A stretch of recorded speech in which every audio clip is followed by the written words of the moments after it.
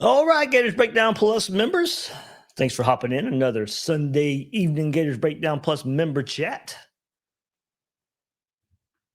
Certainly glad you guys could join me again for another one. Busy weekend. Conference championship weekend, of course. We'll get into all that. But the main part we're getting together for, hey, Jon Sumrall. First week on the job. I think a lot of Gator Nation feeling better about the hire so far after the missing out on Lane Kiffin and how all that turned out. Well, a week later, I think Gator Nation feels a little bit better. Got the official announcement a week ago. Had the opening press conference last Monday where some of the good vibes and some of the good feelings started coming in. Then we get the National Signing Day on Wednesday and holding this class together. And then we get to see him take his current Tulane team, win an AAC Championship on Friday night. Pretty much puts their ticket to the college football playoff with that win. And then we get the official word that they are in the college football playoff today. So there we go. Kind of the summary of the last week. And I kind of glossed over, of course, the hiring of Buster Faulkner as offensive coordinator, the DC hire of Brad White from Kentucky. So busy week right here for Jon Sumrall in his first week, but so far so good. And however much weight you want to put on, of course, nothing on the field yet. And the games are what matters. But right now, all we have is to go on our press conferences and a recruiting class and hires and still watching what he's doing at Tulane right now. That's all we have to go on. That's the only data points. That's the only examples we have. And so far, so good. I think you got to like what we've seen so far with Jon Sumrall, his first week on the job. So we can get into all that. What you guys think about the hires of Buster Faulkner and Brad White. Take a look at the recruiting class as well. What you guys like about that? What Jon Sumrall, of course, some deserve some of the credit for keeping the class together. A lot of these guys, like I said, timeline, going back at the episode, timeline could have played a part in this where, not a lot of time for those guys to go look for other schools and such, but also those guys just wanting to beat Gators. I think speaks a lot to that.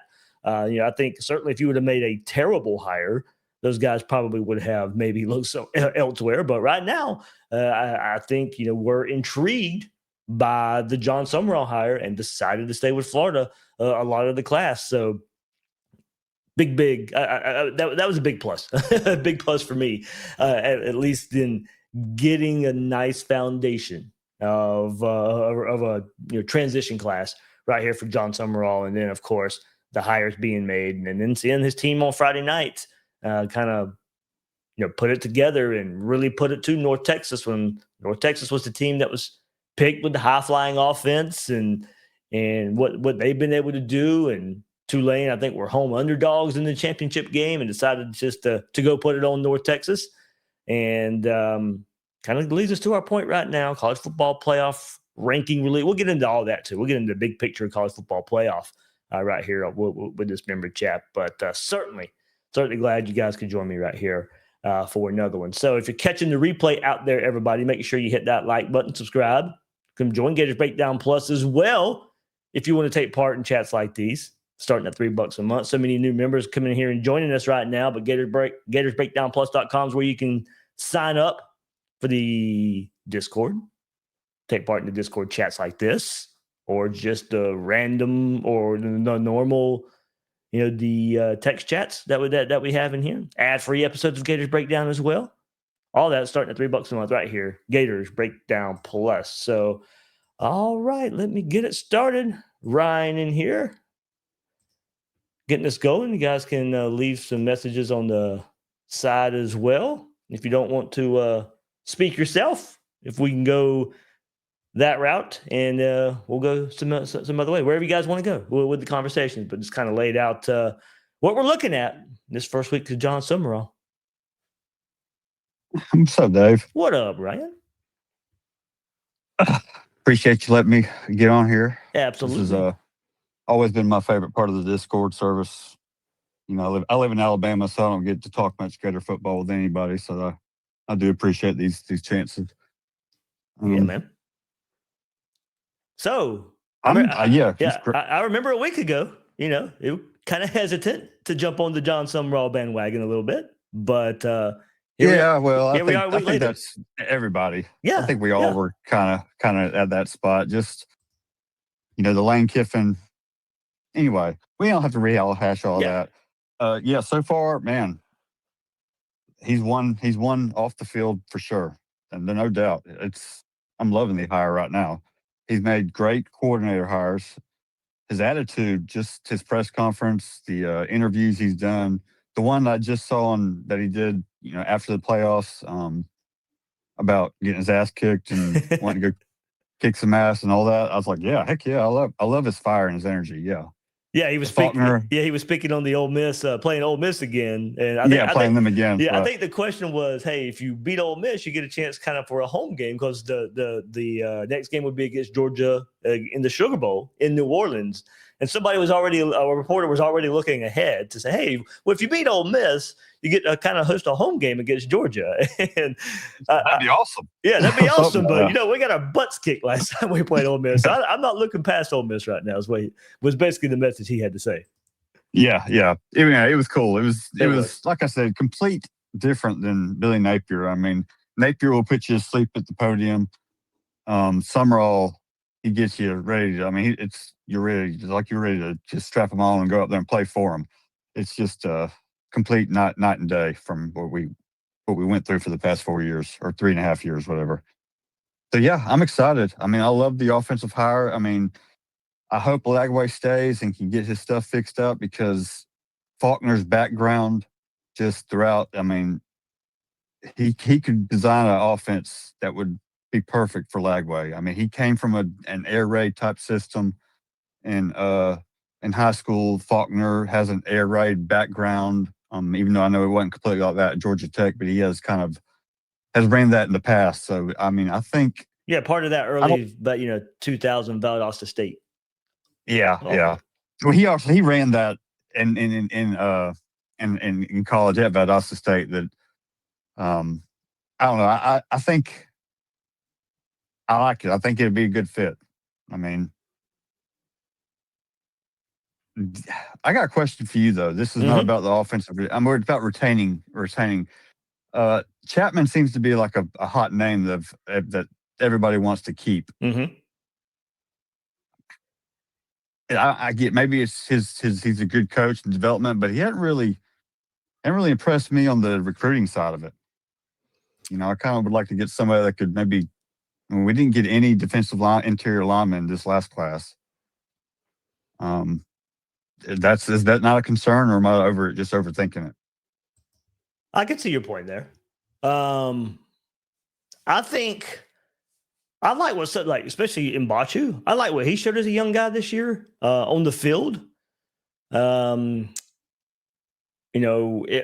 did see at Sumrall's press conference, Chapman was there. I saw Burrow there and Jamari Lyons as two other interior defensive linemen. There was probably about 10 players in the press conference, and that you were speaking of interior defensive linemen, they were a few of them along with Chapman there. I feel like he's going to get retained. Plus, there's a lot of talk out there that he's one of the coaches that probably will, and it's fine. I was just kind of questioning that side of it. Maybe he's only been here a couple of years, and maybe it's hard to tell. And you could probably get good interior linemen from the portal. I know you can get them a lot easier than you can offensive linemen. So it's probably not as big of an issue these day and ages because of that. But just throwing out a little concern. Yeah, he got Jarayla McCoy at 6'6", 265. That's his own 3 measurables there. I don't remember about the storylines as far as recruiting goes, as who's recruiting him the hardest and all that goes, and how instrumental maybe somebody like Chapman was. But you're right. I think Kevin Ford and McCoy are your two your two naming. You got Kendall Wuerffel. So I mean that was a big get. Those are both edges, aren't they? Aren't those more like ends? McCoy, yeah, and forward for sure. So you have to go to Kendall Wuerffel for the type that you're talking about. Your big time over 300-pound interior guys. And Florida, and there was Florida was in the running for a good bit of the high level interior guys, and Wuerffel was the one they ended up with. But I remember it was kind of seemed like a do-si-do between Georgia, Texas, and Florida. I remember for some of these interior guys, as during, I think the summer months, like May, June, and we were wondering who was going to slot here, who was going to slot there, and Florida ended up with the home state guy, Kendall Wuerffel. But you got your 6'4.5", 315. So, like you, I mean, probably would have loved to add another at that point, but he would be the one. He would be the one. He is a 4-star, 193 overall on Rivals, 209 on 24/7. So, he's solid. Yeah, I mean it's a good pickup. I'm just thinking that's a weak. I don't know. That's just where you really build and have a lot of depth. And like I said, we can get him in the portal. I'm not acting like trying to, oh no, let's not retain Chapman, trying to flip out or anything. I'm just noticing that the class, and it was like the weakest area in the 26 class was interior defensive line. I mean, it was kind of glaring that we took 6 offensive linemen, and so anyway, just a talking point. Yeah. Still overall, I thought pretty impressive to keep the class together. Oh, absolutely. Yeah. I mean, I have to think that NIL has a big part of that. Yeah, in for sure. This day and age, but still, it could be very. A lot of them kids probably could have been offered NIL somewhere else to flip. So still good on the staff to keep them there. I mean, it's very impressive. Yeah, I was going through because I didn't want to overlook, but as I mentioned, Joseph and Bachu, this season as we look at interior offensive linemen, and maybe a reason of keeping Chapman or not, but Joseph and Bachu, Jeremiah McLeod, 2 young freshmen that, especially in Bachu, I like what I saw from him. And then Macabro, of course, I thought, another, you didn't have Caleb Banks in there. That much was obvious.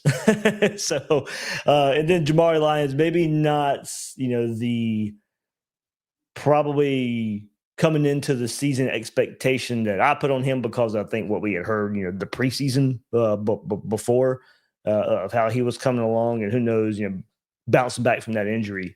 But I think looking forward, Lyons, Burrow, and Bachu McLeod. I mean, I think, but that's that's not too bad. Yeah, that's pretty solid. I think it's pretty. Yeah, I think it's a solid foundation on the interior. Yeah, and then so add in Kendall Wuerffel to that. So there's 5 names there. Tavoris Brown as well. We'll see, and we also got to see if all these guys are here. Yeah, but I guess. But I think that's a nice nucleus moving forward for the middle of the defensive line.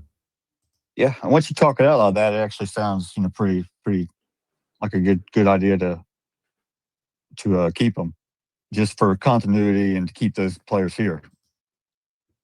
So and like I said, I mean, the portal changes everything. You can always go out and get a good guy for the right price at that position. I mean, we were able to do that with Banks. Yeah.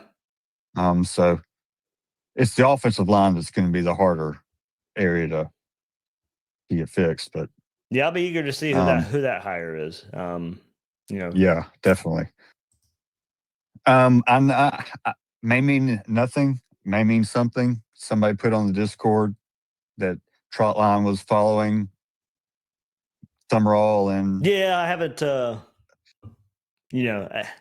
It's hard to know where the follow follows, I guess. Yeah, I don't know the timeline of him following some of the staff members and the like, as far as that goes.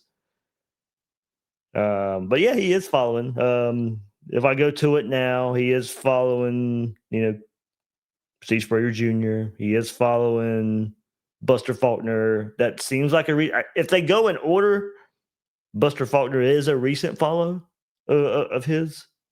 So is Jon Sumrall. So It may mean something, it may mean nothing. I don't know if it's in order. Sometimes it looks like it is, sometimes it's not. Because I can go to I really don't know if there's anything to those. I think there were some Lane Kiffin follows during all that stuff, and you see where that got us. So it's probably nothing. But that would be an awesome hire. Holy cow, that would be another home run hire. Yeah, you get what I would, without following too close, I think a good hire at offensive line and an alum, so that would be in addition. I'm not all for just hiring an alum to hire an alum, but if they got the resume and you get that, it was a bonus. So somebody who gets the expectation. As long as there's not two of them, just hire one guy to get the job done. I hear you on that one. I think as we look forward and talk about coaching staff a little bit more, maybe Bam Hardman, of course, the linebacker coach there at Tulane and Troy there with Jon Sumrall, so former Gator as well. So how he would fit with Brad White. That one. Yeah, I would like it. He's been with Sumrall. Of course, Brad White, I'm sure, would have a say as well. Where that would go. So certainly that would be, if we're looking the alum route for some of the assistant coaches, Bam Hardman and linebacker would be one of them. Yeah, like I said, I like that hire. I think he's a good coach. P. Rich brings it in there too in the chat. It says got to bring Bam back. So I'd like it. So does Peterson stay on staff? I don't know. I saw him at the press conference as well Monday. That was toward the end. I saw him. He probably was in there the whole time as well, but I don't know. I don't know. That one's tough. As far as he's more outside backer, edge rusher, correct coach though, isn't he? Yes, so. Yep. He takes that edge group. So he's your defensive end. Your stand up that Jack and F spot. So your Saps, your Gums, your Jaden Woods from this past year, that group. So I think if you want to look at this season, well, maybe go back to last season too, where what we saw the growth of Tyreek Sapp, but didn't necessarily see it this year. But like I maintained all year long, I think some of that had to do with missing Caleb Banks as well. I think Banks and Sapp were a force together, especially what we saw a year ago. So I think missing Banks really, hurt the outside guys as well, especially somebody like Sapp, where then defenses can turn their attention towards him more so than having to worry about Banks and Sapp at the same time. Thought we saw Jaden Woods come along pretty nicely as the season progressed. George Gums, once he got healthy, once we hit that midpoint of the season and he was healthy, I thought he was started playing better as well. So that was a tricky one for me. There's been some ups and downs with the pressure from the defense, mainly at that edge spot with your F or your Jack. So I could probably take it or leave it at this point, but it's just now, how does it work within the scheme of Brad White and Jon Sumrall together? Yeah, he may want to coach them completely differently. Right. He may want the linebackers, like if you're cover all the linebackers. I don't know. We'll see. Like I was just curious. I would like to keep. Dang, I just drew a blank. We just talked about him. Player or coach? No, the player. I don't know why I just drew. Jaden Woods. Yeah, there you go. Woods. That's what. Oh yeah. On the tip of my tongue. Yeah, I would like to keep him if possible. Yeah, he's got to be one day circle. Yeah, for sure. I mean, he's already circled, I'm sure. But, yeah, he's definitely got to be one day. That's right. Him, Jaden Ball. We've talked about that in the past, guys that you want to keep. But yeah, Miles Graham. And you're probably not going to keep them all, but you'd like to keep 75% of them. If you got 20 circled on your list, you want to at least keep 15 of them. Yeah. I mean, it's probably asking too much to go perfect in that route for sure. But as we, Ball, Lagway, VB3, Dallas, all these young receivers, I like to keep. Yeah, definitely. Dallas is the one that I'm just. I know it's been said that he's likely to stay, but I still wonder. He's kind of that. He could easily go. He could stay. I'd love for him to stay. I mean, For him, I think it's being close to home. So even if he does leave, I don't think he's going far. I mean, Miami, Georgia, maybe he's staying close. I mean, that's the reason he's not in Oregon right now is because he wanted to be close to home. So I think if Florida just is fair in how they approach that, I think he stays in Gainesville. I hope so, man. Man, I shouldn't do this. You know, we shouldn't have this hopium this early. But with Faulkner, a good offseason with DJ and these receivers, we could have a solid offense next year. And Ball, and not that. I mean, and any quarterback, bring in some competition. Yeah, absolutely. You're right. We talked. I forgot where it was. Oh, my interview with Danny last week, and was it? No. It was the interview with my Tulane guest, and mentioning that roster attrition like crazy at Tulane last year, and he brought in a number of quarterbacks, and they went through spring practice, and you know what? He brought in another one who ended up being their starter about a month before the season started. So we already have a precedent of we're going to throw everything we can at the quarterback position to make sure we are ready there. So, hey, look, I'd love for Lagway to stay. If it changes his mind, I don't know what the discussions like are behind the scenes, but I'm imagining you got to be fair. And if you're Jon Sumrall and say, hey, we're going to bring some more competition. We're going to throw everything we can at this position. If you want to be a part of it, let's stay. Let's get this thing worked out. If you don't, that's how we're going to approach it. So if you think you can win the job, let's go battle. Let's stay. If that turns you the wrong way, so be it. We'll wish you well. Well, I mean, it shouldn't if he's. I mean, I'm sure DJ's not happy with the way he played this season. So sure, he also should know that the way he played this season isn't going to earn him the starting job next year for a new coach. So, come out and compete and let the best man win. Yeah, I thought my interviews with Jake, and I know a lot of people that was my Tulane guest last week. Of course, he's involved with the Tulane collective there, but I'm hoping it wasn't just kind of the deja vu of the good talk we had from the Louisiana side when we hired Napier. So that was I remember those. Here's the difference. Here's the difference. Pumped up. I was all for the Billy Napier hire at first, and then as soon as he had a press conference, I was already thinking, I'm going to have to make up some lies for him because he really didn't. To me, he didn't really knock it out of the park with the press conference. But I had to lie for him, like everybody did throughout his whole career at Florida. This was the exact opposite. Sumrall. I was like, oh man, don't hire this guy. I can't believe we're about to hire this guy. And then as soon as he had his press conference, I was ready to go play for him. So Ryan, stay in here. We're going to bring Corey in here as well. Okay.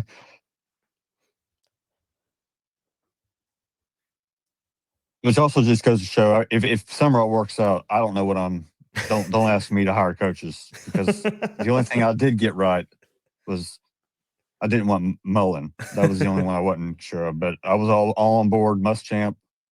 I'm trying to remember Mac. One of those, I think, ones that we end up talking ourselves into because of the Bama background. Yeah, I think so. That was neat, wasn't it? Yeah. Him and Clarabelle.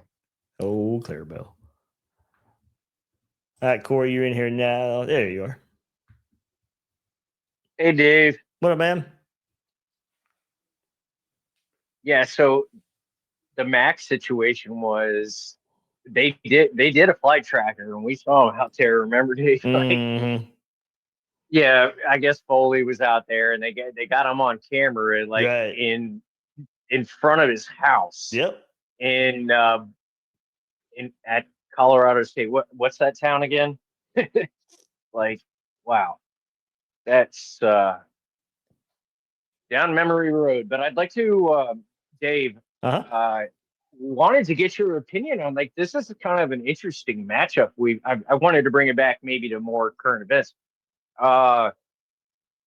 With this Tulane team going to Oxford, this is an interesting matchup, and we kind of don't know what we're going to get out of this Ole Miss team. So, what if Tulane's lame duck coach goes goes into Oxford and gets a win over their brand new hire and their defensive coordinator. Yeah, that is an interesting angle to all of this. Yes. If you're looking at timeline of, sorry, I thought I had there we go. I had the college football. I'm going to pop up the college football bracket right here on the YouTube version, but certainly an interesting dynamic now. If we wanted Jon Sumrall on campus all to ourselves without the Tulane aspect of it, no, of course we got to wait till December 20th when they play Ole Miss. But Corey, going to your point, that is a very interesting aspect to it all, that now it is Tulane going against Ole Miss with a backup head coach since Lane Kiffin is gone, and probably opens it up a little bit more for some type of upset here. Who knows where the Ole Miss sides, I'd still pick Ole Miss here, but there is a lot going around with that program right now since Lane Kiffin's left and all the coaching changes that have to happen there now. So very interesting aspect, and it certainly opens the door now that if Tulane, kind of going back to something Ryan and I talked about, we kind of did look forward a little bit with the interview Jon Sumrall did today, and somebody asking him about playing Georgia. If they do beat Ole Miss, then you're looking at a timeline of Jon Sumrall and Tulane playing Georgia on January 1st. That is right before the transfer portal opens. So Jon Sumrall mentioned in today that he was hopping on a plane either tonight or tomorrow morning, Monday morning, and heading to Gainesville for a couple of days. So he's going to be doing some double duty already in the coming days right here for Florida as Tulane gets ready for their December 20th matchup against Ole Miss. But certainly if you want the selfish part of you wants Tulane to probably lose to Ole Miss. But at the same time, I do wonder. Like, I hope Tulane goes far. To put it this way, Jon Sumrall's success at Florida is not going to be determined by what Tulane does in the next few weeks. It's just not. It's not. Yeah, you're going to lose me with that. It's not. But what I like about Tulane is just go win. I go all the way for all I care. And either way, the spotlight's going to be on Tulane and Jon Sumrall in these games. All these games are in their own exclusive windows here. And when you're talking about Tulane, you're going to talk about Jon Sumrall in Florida. So there is a lot of positive PR here for Florida moving forward with this as well. Definitely a ton, Dave, especially going into a game versus Georgia and you're about to pop with the transfer portal opening. The positive PR couldn't be a better situation. And plus he's already hired we've already hired a general manager. He's bringing over that player personnel guy, right, that he's worked with. We've still got probably keeping a lot of the off-field guys. So they're still working on transfer portal and player retention and all that stuff that needs to happen behind the scenes.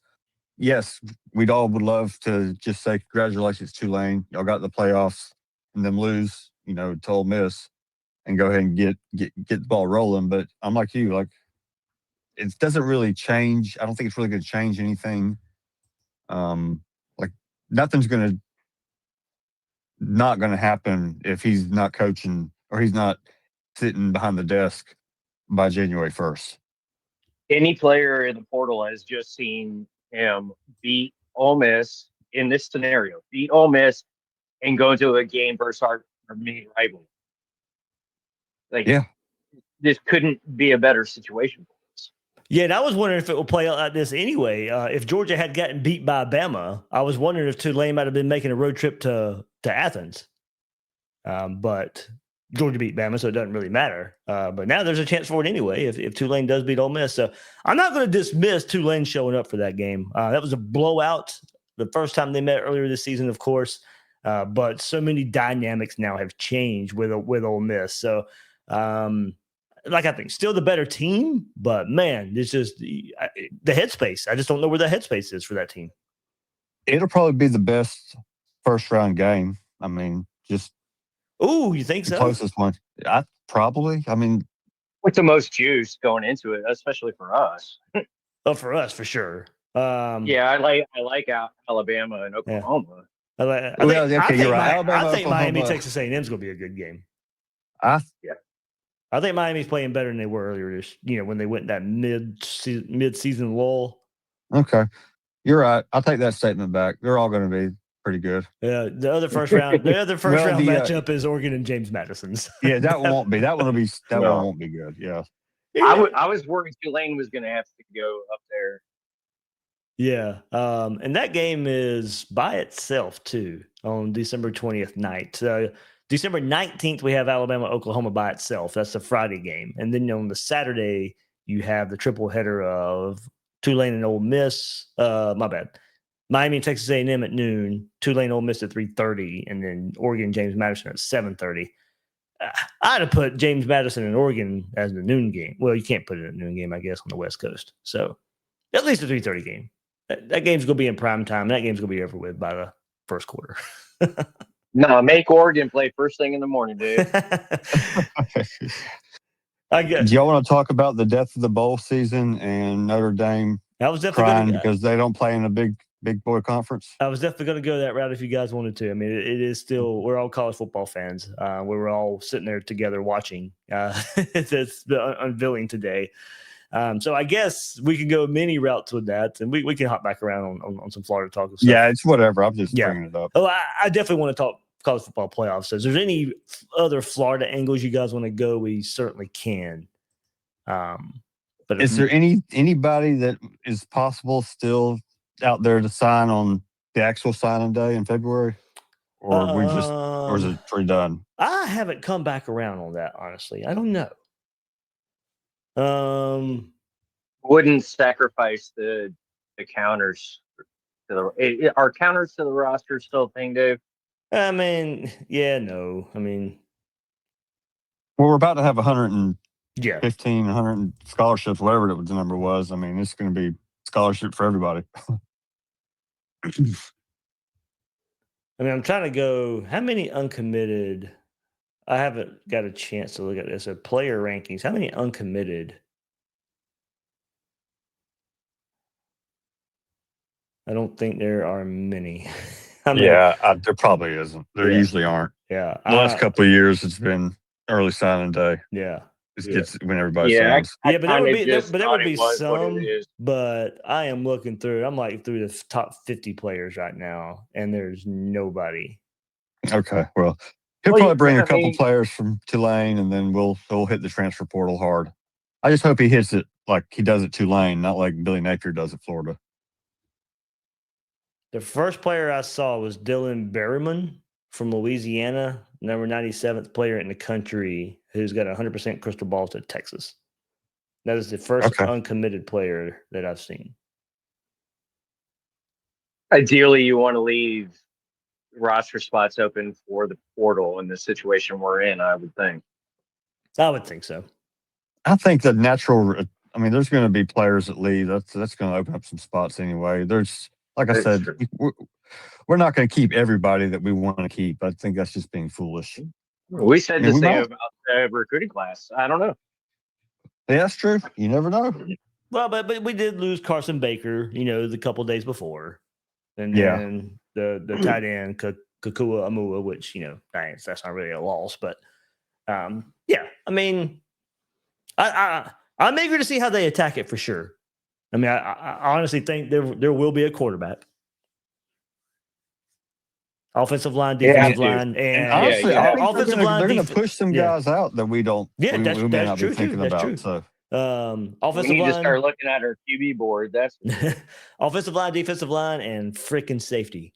Come on, go get me. Yeah, go get me some ready to play safeties. I mean, we can't go through another season like that. Absolutely. We've got to rebuild this offensive line. And I mean, we have some young talent in there, but we haven't seen them play. Yeah. I mean, it's going to be 4 new starters next year. That's got to be heavy portal, I would imagine. Once they come in and evaluate and see what. But the thing is, you can't even figure it out. Really, you can't test guys out until spring practice. So this is a short window to figure out where you need to spend the money, I guess. Well, guys, that's why you got a general manager now. That's Dave Oh, Caldwell. Dave Caldwell's job to figure that out. Then I'll be ready. Well, we know where they spend the money. It's just, are they going to do it? And do they have enough money to get it done? Because everybody else is going to be looking for interior defensive linemen, offensive linemen. Yep. Well, offensive linemen, we've kind of figured you're not going to I don't think you're not going to go. You're not going to completely rebuild the offensive line through the portal. No, that's just the not. position you still need to do it through high school. Yep. For sure. As much as you can. I mean, I know Oregon had some recent success of doing it this past year and loading up there, but of course they've got a little bit more money to spend, I imagine. So yeah, going there. Yeah. Florida's just going to have to, hopefully there's some guys on the roster that are more ready to go quote unquote cherry pick, I guess. And also new offensive system. So it might, anyway, it might not look as bad, the new scheme. Yeah. A couple of new players here and there. I mean, I heard Troutwine earlier, so I mean, maybe there's some of these Midwest kids that he's recruited that are willing to come down. I mean, Penn State guys have been leaving to go to Georgia Tech, so at least the high school class. Yeah, so come enjoy some hot and sunny weather here in Florida. Definitely. Trying to think. So overall, I got two of you here, Ryan and Corey. Guys, you can put it in the chat too. Do you feel better than you did a week ago? Absolutely. How much better do you feel than a week ago? He's knocked it out of the park with the coordinators. Like, I'm bought in, and it's almost to the point where like I don't even worry about how they fill the rest of the staff out. I kind of feel like it's going to be pretty quality. Because with the guys they brought in, the pool of coaching, the coaching trees that are now part of what Sumrall's building here is already infinitely better than anything that Billy Napier ever had going. He's already proven that his coaching tree spreads out much wider than Billy. Well, also something I think we found out, Corey, on your point there is we found out Florida's willing to spend on the staff hires. Yeah. They went out and got out one of the best ones that they could possibly get on the market. I mean, he was in high demand and they went and got him. So and I'm sure he's not cheap. And is that to say that Billy wasn't afforded the same? Oh, he was. Okay. He hired his buddies to work around him. Yep. And so that he could call plays. Yeah, he had every opportunity to go doing something like this. He sure did. I don't want to cuss on here, so I won't. The stubbornness not to just hire outside of your friends is just beyond me. We see him and the Sunbelt boys are heading up to James Madison. Yeah. I'm sure Jacob LaFrance is gonna recruit really well over there, and I saw the release and for LaFrance it was about how well he's recruited down here in Florida. I'm like, well, you're in Florida, dude. You're going over there to Virginia. that there's what are you referencing? Because that's not going to translate. Before we move, best of luck to him. Yeah, for sure. Yeah, but that's where he needs to be. The Sun Belt, that's where he needs to be. That's his level. Yeah, I think that's the worst possible job Billy could have taken. To be honest with you, everybody else has been successful there. And I think I saw a report they're talking to the ETSU head coach head coach or offensive coordinator for Napier's offensive coordinator at James Madison. I don't know if that means play calling or not, but Football Scoop had some kind of article on it there earlier today. So before we move to college football playoff talk, also I know this is the first time we've gotten together since the press conference on Monday.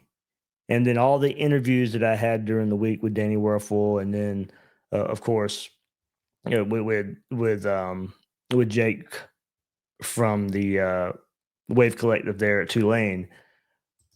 Certainly, offense has been very, very on the mind. Like, it was in the press release last Sunday. It was discussed in the press conference, and then Danny Wuerffel here, making sure that there were some jokes about the offense. We're talking with Danny, and comparing it to the last offense, but Sumrall's take on an offensive coordinator wanting to come to Florida, because if you're an offensive coordinator that works under an offensive coach, well, if you come here to Florida, you will be with a defensive-minded head coach, and you're going to get a lot more credit here because there's no overarching offensive voice. You are the overarching offensive voice.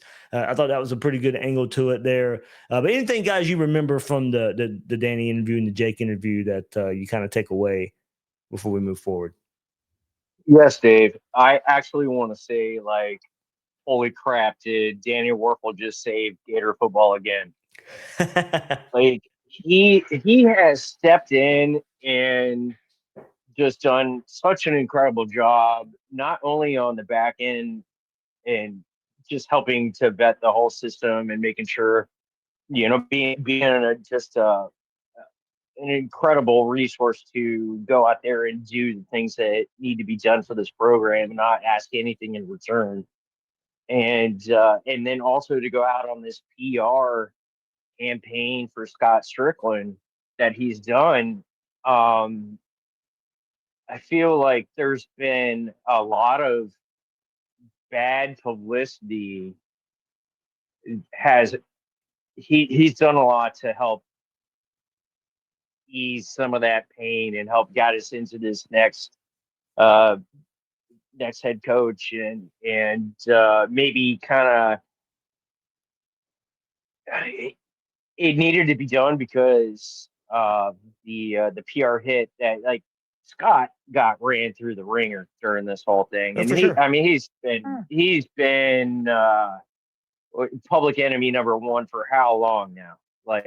And now that he's been retained, and it's like, oh no, here we go again, and the whole group of five from Louisiana thing and all this is going to be bad. But having Danny involved in that whole thing, and then doing the whole PR campaign and trying to be as transparent as he could possibly be without, exposing things that maybe don't necessarily need to be known. I think he's done just an incredible job, and man, he needs to have another statue next to the statue he has. Maybe we should just duplicate that one, and we'll have four. Could have been a business suit or a quarter zip or something. Yeah. You got to make sure the bald head is featured in that one. Yeah. Yeah. We got the same barber. I figured it out. Same barber. Yeah. Yes, sir. But yeah, I enjoyed him coming on. I thought that was pretty special. At the time when he asked me, I didn't know that he was doing the whole kind of PR thing, the car wash, I guess you want to call it. When he shouted at me Monday evening, I didn't even care. Even if he was, I'd have been like, yes, you're still coming on. But at the time, I didn't know. But understandable why, because I do think he took it to heart, the narrative that was out there. And I think he wanted to put it on blast as much as he possibly could, that this is what happened. This is what went on. Good. I'm glad he did. I mean, it did feel a little bit like, okay, well, this is just a typical. Sure. And that's why I had to ask him about it. I was like, hey, I mean, everybody out there is saying this. But still, I'm glad he did it and said everything that he said, and at least answered a lot of the rumors that were out there. So, I mean, it was very informative. Like I said, I mean, and time will tell on this hire. You know, we're here. We're here. We got him now, so we'll evaluate this one as we go, just like we do every football coach. I mean, but yeah, I mean, it does sound like there's a lot of the people in the background that are on board with this. So hopefully everybody puts their money where their mouth is and go out and buy the roster we need. Absolutely. And that was the main question I wanted to ask at the press conference. with coming off the heels of all the rumors of misalignment and all that. Look, Jon Sumrall had to hear that. He had to hear the noise that he's nothing but the next, Billy Napier here at Florida, coming from a lower level school. So, why take the Florida job? There's so much noise out there and about this and that. And, I wanted to ask him what assurances that he was getting from Florida. And I'm glad the first thing he said was alignment. And you guys have heard me put on repeat in an echo chamber here on Gators Breakdown the last month or so, talking to this coaching hire is we've got to have alignment somewhere. And we didn't know how much we were going to be able to get if it wasn't Lane Kiffin. And we probably still don't know. But I think bringing up what has kind of transpired in the last week or so, whether it be the tour from Danny and what he has to say, or whether it just be purely what we've seen from Jon Sumrall in the press conference, all the interviews, winning on Friday night, holding up this, recruiting class too. It's there. I'm glad the narrative is starting to shift a bit, that there's some support, there's some excitement about this next guy, and that Jon Sumrall has kind of won over Gator Nation a bit in the last week. So all this talk about alignment, all this talk about getting our ducks in a row and changing this program and getting it better. It's one reason I kind of wanted to get together and talk together with you guys about this, because that seems to be the way this is going now. And I know there was so much talk about, well, I'm not supporting this, and I'm not supporting that, and my season tickets are going away. I've had enough. I'm fed up. I've heard a lot from those same people saying, well, you know what? All right, maybe I'll give this guy a chance. So I think this is just typical, instant is. reaction just from the highs and the lows of fandom. Yeah, I think this is all just kind of normal reaction. Every one of us was going to be on board with Jon Sumrall. There's going to be your 1% out there that's always going to be negative, just so they can say they were right. If it doesn't work out, no, sure. But true fans like all of us are always going to be like, give the guy a chance. Even if we don't like it at first, we're going to find excuses to like it, and we're going to look for reasons to like it, because we don't want to be miserable. We want to have hope. We want to believe that this is going to work out, and this is the next guy that's going to win national championship.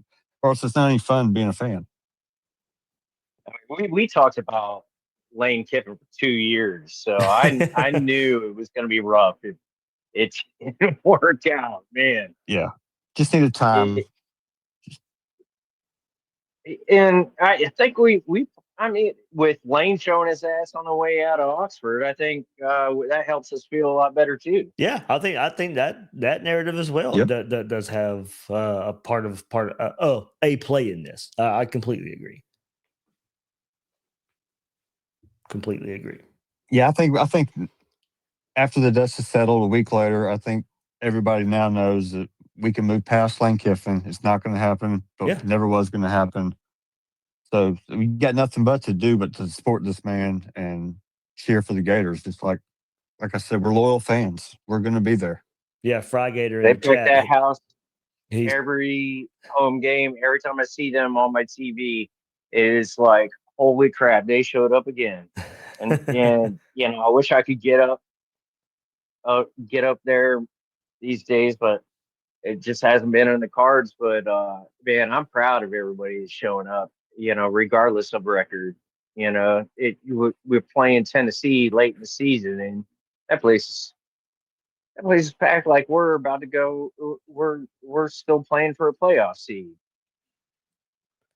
We're just I'll be there next year, whatever game I can get to, and I'm still waiting to explode a bunch of Florida Gator stuff for Christmas. So. For sure, I'm wearing my Move Back You Suck shirt right now.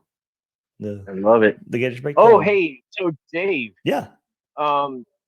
In the press conference, the introductory press conference, Buddy Martin said to Jon Sumrall, he's like, "Yeah, you should bring that back." When Sumrall was talking about the Gator bait chant, and he's like, "Stop yelling at me." Do you think that Sumrall could make that happen? Who knows? No idea. I hope so. All it takes is the fans to make that happen. Yeah. Yes, it does. So we'll see. We'll see where that goes. Yeah, Fry Gator in the chat said, I think he said absolutely he feels better, and then showed us Lane is still Lane on that topic. So, yeah, it's about time to move on from that. I think we, Yeah. I'm eager to see if we get anything from the next couple of days. That Sumrall, I think he was on the college football playoff show, and they were talking to him about playing Ole Miss and being in the college football playoff. And I think he just said, yeah, I think they talked to him about the Florida job and the double duty and everything, saying he was going to be spending the next couple of days in Gainesville. So we'll see if anything comes out in the next couple of days with Sumrall on campus. So maybe that means to put some final touches on some other staff hires, or maybe first meetings with Dave Caldwell about who to go tackle in the transfer portal, roster retention, all that good stuff. So maybe some stuff starts floating out in the next couple of days with Jon Sumrall being on campus. So, all right, good stuff, guys, right there. Let's fast forward or move forward a little bit. And college football playoff, what'd you guys think? Did they get it right? Yes. Yes. I think they did too. And I made the joke earlier as well. I was like, I kind of just hope Miami gets shut out so I can see him cry again. But I think they deserve to be in. I mean, if head to head doesn't matter, then why are we playing? If you're that close and they're really close in the rankings, the head to head has to matter. So good on the committee for getting that right. Still think this is all stupid. Still think there's way too many teams. But here we are anyway. Ain't no going back. I ain't gonna be complaining about that too much, but that's just where I'm at. It's only going to get worse. It's probably only going to get worse. Yeah, for sure. Now we have a Notre Dame problem. Now we have Notre Dame problem. It's not. It's not a Notre Dame problem. Notre Dame needs to join a conference like people have been telling them for decades, or maybe not years. Their people. They will ride this thing out. I promise you. Yeah. The committee just told them, y'all better change something. Maybe, yeah, change something. Here's one change. They're just going to make their schedule easier. If they open up with somebody else besides Miami, they're in the playoff. Well, so maybe if they you're probably right. No, Dave, you're right. They only have one loss. If they only have one loss, they will get in. I know. There's no rules. But there's no way you're keeping out in this year. If they had opened up with Toledo and beat Toledo, and they're sitting at 11-1, Notre Dame's in this field. So they're not joining a conference. So their next move to me is going to be to make their schedule easier. Well, that's where your strength of schedule is go down, and they'll still be pitted up against somebody. Just like they were pitted up against a 3-loss Alabama, even though Alabama went to the championship game. It's still going to be, pick one of these 3 teams. I mean, probably the most ridiculous notion in this whole thing is 2 G5 teams in there. Yeah, I agree.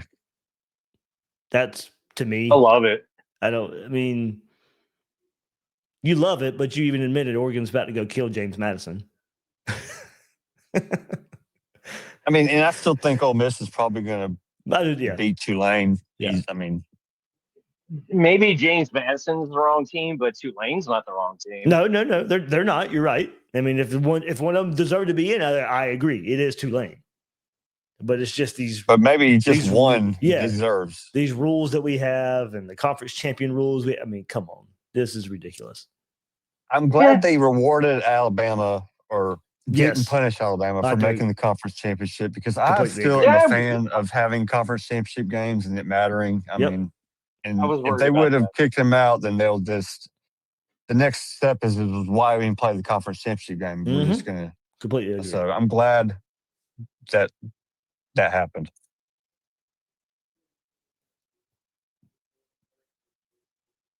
I guess would it have been better? And if we're looking at this in the future, do you have a Georgia and Bama playing in the SEC championship game? And behind that, I'm still a fan of this whole play-in thing. Like maybe Oklahoma plays Vanderbilt. And maybe Ole Miss plays Texas. Yeah, I was like, why are a mini tournament? A mini tournament. Georgia SEC tournament. Yes, Georgia, Bama still play in Atlanta, and then Oklahoma hosts Vandy, and Ole Miss hosts Texas, and the winners go to the playoff. Well, you might as well cancel. I mean, Texas A&M is in there too, so I don't know how you break it up, but that's what I'm looking at, something like that. So you expand the play. Basically, you're saying let's expand the playoffs, so we're gonna add those things in there, right? No, I'm just kidding. That is the only way I will be happy with an even more expanded playoff. Is if you have some kind of play in the week of. They'll just make the first round games playing games. That's true. You could do it that way too. That's what they'll do. They'll just turn those first round games and kind of being playing games. Like, could be. I don't know. Yeah, we got Fry Gator in here. Depends on how many teams we're going to expand to. Yeah, true. I think it'll be 16 next year. That's what seems to be the common consensus. That's what it seems. Yeah. Fry Gator, unmute your mic if you can or want to talk. I don't know if there we go. What's up, man? Fry Gator. Going once. Going twice. Sorry. Oh, there we go. Yeah, it changed the audio output on me. Oh, gotcha. Yeah. Yeah, I know. I was just going to say about the expansion. Yeah. If they do push it to 16, I think they will have to do like a play-in. They'll have to. I think got to put some value on that weekend again. And championship game, I think both teams still make it. You're just playing for a bye, and then the rest of the games you're playing your way in. Yeah, but no matter what they do, they're still going to have people complaining, no matter what, no matter how big they make it. Yep. What about the bowl situation, man? This is about to get. That's the word. Well, yeah, that's going to have to go away. That's the. Yeah, but that sucks for us fans. Even though some of the games are, blowouts, it's still. I look forward to like bowl week. Yeah, well, I used to too, but there's a lot of things that they've done to college football that have. Yeah, that's a very fair point. Hey, but maybe now if you have these play-in game situations, that's your expansion to the season. It's not bowl games anymore. You'd make them like some quasi bowl, and then, maybe that's the way you do it now. Maybe so the Pop-Tart Bowl becomes the playing game for the playoffs. Maybe to put some value on it. Yeah, I mean, we laugh, but that would be the only way that these bowl games and these stadiums and they could keep all this. Yeah. Money coming in, TV and all that. Because the bowl games go away, teams start opting out, then they can't find teams to play these bowl games, and they can't put them on TV. Yeah. And then you got a problem. So, maybe you set it up where the Outback Bowl is now the first week of December, and it's SEC versus number 3 versus SEC number 6, and the Gator Bowl is SEC number 4 versus SEC number 5, and there you go. I mean, I don't know. I have no idea, but they're going to have to something. But that's going to affect the conference championship games. It sounds horrible. Yeah, it does. A 12 team football playoff sounds terrible, but here we are. So yeah, it is. Bring back the BCS. Either way, get rid of this stupid committee. By the way, definitely. I am so over this dog and pony show. And somebody brought up a good point today. We all know this college football playoff is now just a made-for-TV event. This show that we have every Tuesday night, the last month of the season, is nothing but made for TV. Yeah, we don't see. They're pretty much out of themselves on that one. Yeah, we don't. Somebody brought it up. I don't remember if it was in the Discord. I don't remember if it was on Twitter. But the NCAA basketball tournament, when's the first time we see a bracket? The day it's released. We don't. Now everybody has their, bracketology, of course, and all that. But ESPN and CBS are not sitting there each Tuesday night making a spectacle out of all this and then changing the parameters along the way. What I will say is I thought the committee was dumb these last few weeks of saying Notre Dame's better than Miami, Notre Dame's better than Miami, Notre Dame's better than Miami. And then here we get to decision day. Well, never mind. Head-to-head now matters. Oh, miss me with that. obviously they faced a lot of pressure. Exactly. Exactly. They knew they were wrong to me in this whole matter of the whole missing the head-to-head. And maybe, which is why they shouldn't be making you know what? decisions like Maybe this. they weren't. That just proves how dumb they are. Mm-hmm. Well, it wouldn't be the first time that they were clueless. I'm ready to talk about Florida in this 12-team or 16-team field. From one point, I'm getting tired of watching this thing. I'm going out on a limb, Dave. We're going to be there next year. Okay, let's go. Let's go. We will be there. All right, so here's the question. What's the win-loss record that you would accept the first year for him? I maintain first years are weird. First years are weird.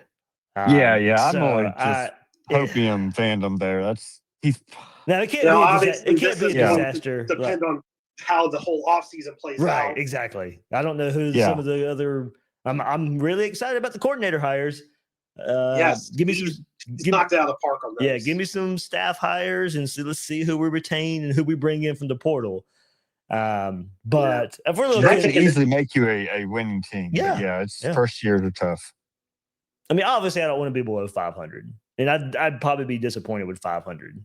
But given I think the schedule's too easy for that. I think I'm saying 8 wins. Okay. I think 8 wins is very doable. I think a lot of that is everything plays out. If he continues on the track that he's been on.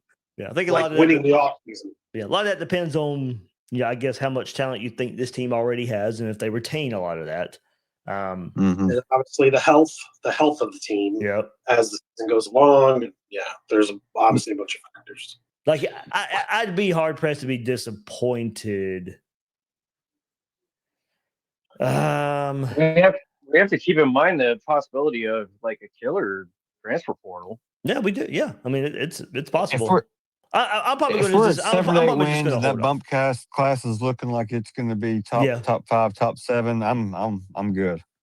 I'll be all right. Yeah, I think you get me 8. I'm feeling pretty good. Yeah. 7, I'm probably like, okay. There's with 7, you'll be looking at some good. You'll be looking at some bad. But the big thing is him bringing in a quarterback to battle with DJ. Yep. And it could be more than one. Correct. I mean, and going to your point, I think you meant this too, but the quality of it. Like, yes. Yeah, you can't just be bringing in a guy, and I don't think he's going to do this. Going back to our topic earlier, I don't think it's just going to be a guy off the street. I think he's going to bring somebody in who, all right, we're going to bring this guy in to compete to start. And because we feel that he can actually help us. Yes. Right. So yes, absolutely. That will make me feel better about, okay, well, when DJ, you win. Okay. We got a good quarterback guy who you might be. And I think you're already good. Okay. I feel good. Let's go. Well, when does the transfer portal close? The 15th, I think. 15th. That's what I thought. So we'll know pretty much what our roster is by mid-January. So we'll know if Faulkner brings that back up. What's his name? Philo? Whatever. Yeah. So if he transfers here, then we'll definitely know what's on. I'm just glad that we'll know what our roster will be by mid-January. We won't have to worry about a second spring portal. That's true. Yes, that is positive. January 2nd to 16th, so it's the 16th. Okay, still okay. Well, and here's the part about that. Now they can enter from the 2nd to the 16th. Yeah, so they can enter by the 16th, but of course you may not get an answer for another, few days, maybe another week or so. They just have to enter. They have to put their name in from the 2nd. Oh, okay. So they have a 2-week. Okay. They have a 2-week window to enter it. Correct. It's not enter and then find a new team in that time. So right, but you got to think about it. They're probably going to decide close to that window too, because they got to get on campus anyway. Right. So it's going to kind of work out in that window. But just know if somebody puts their name in, you're probably waiting till, I'd say, January 20th, somewhere around there, for the ultimate. Okay. Well, still, we'll know who we got by the end of January. We'll just say that. Yeah. Play it safe. That's good. I'm glad. Yep. That's the one thing they finally got right was to fix this transfer portal. Well, I don't know if they've completely fixed it, but they've. It's better. Well, they made a step in the right direction. Yes, they have made an improvement. What do you guys think about the matchups? Do you think? First of all, do you agree with Ohio State being 2 over Georgia at 3? No. I think Georgia should have jumped Ohio State. I do too because they blew out Bama. Yeah. I don't have a huge issue with it, but plus I've just been watching Georgia play compared to Ohio State play the last few weeks, and Georgia. I mean, the eye test shows Georgia's been a better team. I mean, to be honest, Indiana shocked me. I saw parts of the Oregon game when they played them, but the way their defense played against Ohio State, I was really surprised. I think I put in the Discord a couple few weeks ago. I forget what game it was, but I was like, and they mentioned this on the broadcast last night too. Indiana's defense might be the most overlooked group in the country. Like absolutely, that defense is crazy, legit. Another example of turning around the team with the transfer portal. Yeah. Now the refs missed some calls in that game. Yeah, sure. But still. Yeah. But yeah, so Oregon, James Madison, I know we're all probably going to Oregon. Alabama, Oklahoma. I have no idea. I wouldn't be surprised. I wouldn't be surprised if Bama won that game. Oh, I won't either. I'm leaning Bama just because I don't know how. Because it's a rematch. But because Oklahoma's troubles, I have a lot of trouble scoring. Yeah, I mean, they just can't score. Their offense is. I think Alabama will find a way to score enough. I don't know. I mean, but being Oklahoma at home, it's a toss-up. That's just where I lean. Bama. I definitely think DeBoer is feeling the pressure. He knows he has to win that game. Yeah, that's a good point too. Tulane, Ole Miss to play Georgia. I mean, that's interesting. I think we'll all go, no matter Tulane or Ole Miss, Georgia's going to be in that Final Four. Yeah, I would be surprised if Tulane won that game. Yeah. Miami, Texas A&M. I think Ole Miss win. I think I might roll Miami instead of Texas A&M. They can make it interesting for a bit, but I just don't think they can hang on long enough. I think I might roll Miami over Texas A&M. That game, that's going to be the game. I think so too. That's going to be that's going to be the game. I wouldn't. Yeah, I definitely think Miami. I don't know. I kind of lean A&M on that one. Yeah. That's it. Defense, man. That defense wins championships is the old adage. Yeah. I mean. Yeah, that's good. To me, that's going to be a really good game. That's going to be a really good game. But the winner of that one playing Ohio State. So that'll be we'll see this year whether or not the bye makes a difference or not. Last year, because of the seeding, it messed it up. This year the seeding is better. Yeah. So Ohio State falling, like being a lower seed. Yeah. Yeah. Threw a wrench in it. Right, exactly. That's interesting though. I didn't put it together now that Ohio State, if Texas A&M wins, Texas A&M is playing Ohio State in the Cotton Bowl. So it is a big, of course, Ohio State. That's a home game. Yeah, Ohio State travels very well. Basically. Ohio State travels very, very well. And of course, they just got a fan base everywhere. So that is going to be an interesting crowd dynamic. For sure. They split those tickets. Yeah, they split those tickets up evenly. I mean, Ohio State will travel. They'll be.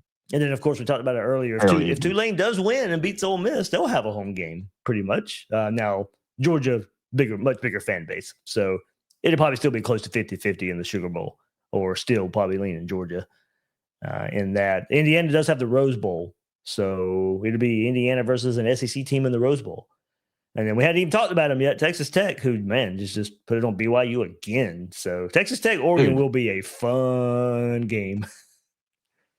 Another example of NIL just changing the game. Teams like Texas Tech just rising up. Indiana, you're number 1 seed, and Texas Tech, you're number 4 seed. Yeah, look at that. I mean, teams you would never expect to be in these conversations. I mean, 5 years ago, if you would have told anybody, all right, you're going to have a 12-team playoff, and Indiana's going to be your number 1 seed, Texas Tech's going to be your number 4 seed. Oh, by the way, Ole Miss and Tulane are playing in the playoff. Yeah. And hey, by the way, James Madison, have you ever heard of them? They're in the playoff as well. It's definitely the multiverse. Oh man. Yep, there you go. NIL, transfer portal, expanded playoff. That's how you get this. Crazy world of college football. It is. Maybe we can. I just hope one day they finally get some regulations and get this all just figured out. For sure. Yeah. All right, everybody. Thanks for hopping in. Thanks for taking part. Yeah, thanks, Dave. Thank you, Dave. Appreciate it. A lot of good fun had. I'll see what the rest of the schedule holds this week. Will and I will be on Monday night, and we'll get Will's thoughts on some of these topics, of course. First time we've gotten together since the coordinator hires and all that. And then, guys, don't forget, Thursday night, we have the schedule release, the SEC schedule release. So I may hold the episode with Sponge and Alex till Thursday evening, so we can kind of discuss that at the same time. So that should be fun. We already know who will play in 2026, but we'll get the layout. We'll get the format. So who does Florida play week 1? Well, I think we got the cupcake week 1. I'm pretty sure already that's set. I think we have back-to-back cupcakes. Back to back. Yeah, right. FAU and then so then we see is it Campbell then FAU or Campbell FAU? and FAU. Campbell. That's right. That's the 2 cupcakes. Yeah. But then 9 SEC games. So there are definitely going to be some tough back-to-back games, maybe some, tough back-to-back road games, all that stuff. We'll see. This going to be very interesting to see it all play out. But we get that Thursday evening, so that, of course, will be an episode this week as well as we break all that down. So, all right, everybody, thanks for the chat. Gators Breakdown Plus members, thank you for being a part of it. If you're not a member, please be sure to go to gatorsbreakdownplus.com and join if you want to. Little as $3 a month, access to the Discord right here, ad-free episodes of Gators Breakdown as well right there. Find it at gatorsbreakdownplus.com. Everybody, that'll do it for this episode of Gators Breakdown. Thanks, Dave. Go Gators. Go Gators.